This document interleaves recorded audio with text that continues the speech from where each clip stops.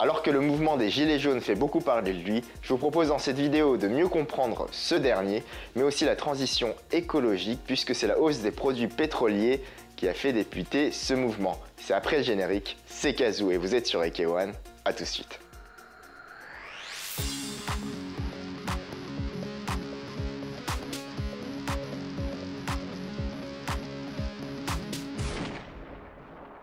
C'est le 17 novembre qu'a eu lieu la première manifestation des Gilets jaunes. Depuis, beaucoup de blocages de routes, mais aussi des manifestations un peu partout en France. C'est un mouvement non structuré, spontané, son leader, qui a un peu émergé des réseaux sociaux où des groupes se sont formés visant à appeler justement les gens à manifester. Un peu à l'image de ce qui s'est passé il y a 2 ans avec le mouvement Nuit debout ou bien en 2011 en Espagne avec le mouvement des indignés. C'est la hausse de la taxe sur les produits pétroliers qui a été l'élément déclencheur de ce mouvement, mais plus généralement, beaucoup de personnes se sont greffées à ce dernier pour dénoncer la baisse du pouvoir d'achat. Ça concerne la classe populaire mais aussi la classe moyenne qui dénonce le fait que depuis un certain nombre d'années, leur pouvoir d'achat a diminué. Il y a de plus en plus de personnes qui ont du mal à s'en sortir avec leurs revenus, que ce soit les étudiants, les retraités, mais aussi toutes ces personnes qui travaillent et qui sont, on peut les qualifier ainsi, de travailleurs pauvres. Ces derniers sont les laissés pour compte du capitalisme, qui est un modèle économique fondé sur la concurrence exacerbée.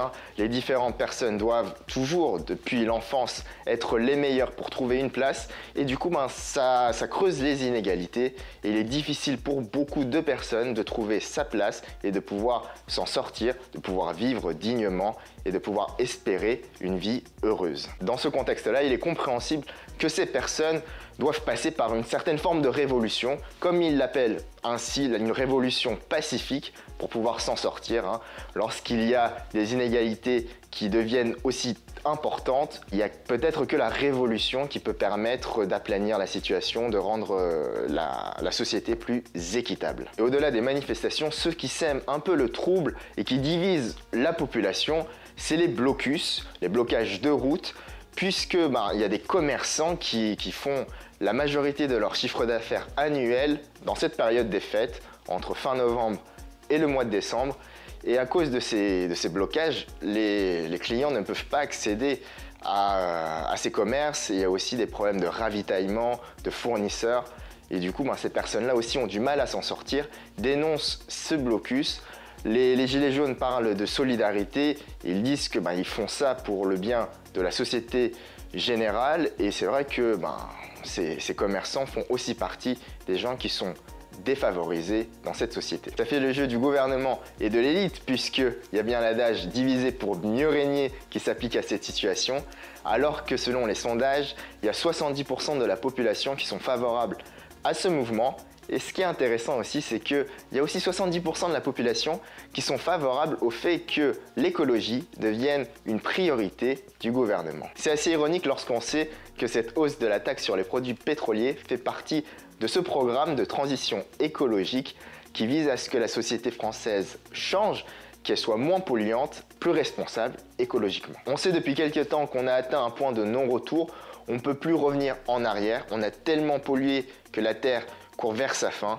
Il y a certaines publications qui parlent de choses qu'on peut faire pour essayer en tout cas de faire que notre impact sur l'environnement puisse être plus mesuré. Par exemple, le fait de faire un enfant en moins par couple ou de ne plus manger de viande, de ne plus prendre l'avion ni la voiture et d'utiliser uniquement les transports publics. Mais on voit bien que c'est très difficile. Aujourd'hui, l'économie et la société est faite ainsi. On a besoin d'avoir son téléphone, on a besoin de moyens de communication instantanés.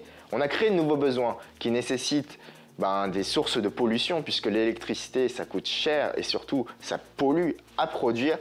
Mais on ne va pas pouvoir revenir en arrière, puisque revenir en arrière, ça veut dire enlever tout ça de notre vie de tous les jours. Et ça serait une situation qui serait dramatique pour beaucoup. Ça créerait encore plus d'inégalités.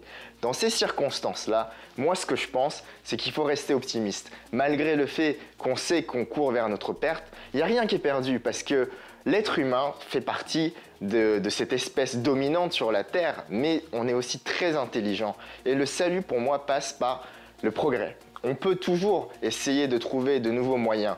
On arrive à aller sur Mars, on arrive à envoyer des sondes sur Mars, on arrive à faire plein de choses.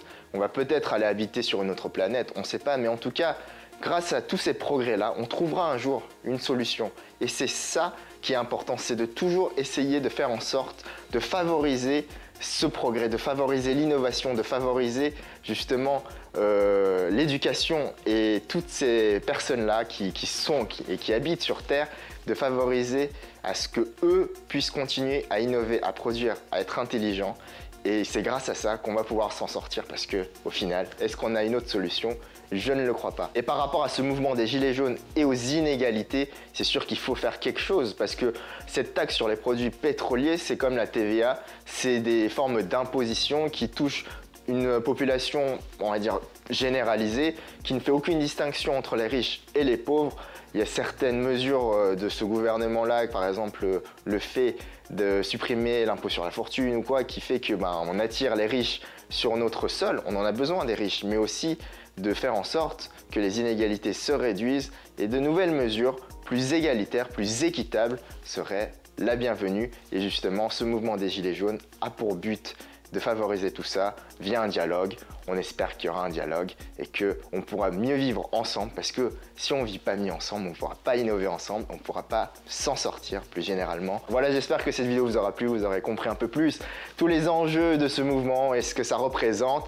Nous, on se retrouve très vite d'ici quelques jours pour la troisième et dernière partie sur El Chapo, le cartel de Sinaloa. Super vidéo. Si vous ne l'avez pas encore vu, retrouvez les 2 premiers épisodes qui sont disponibles sur ma chaîne.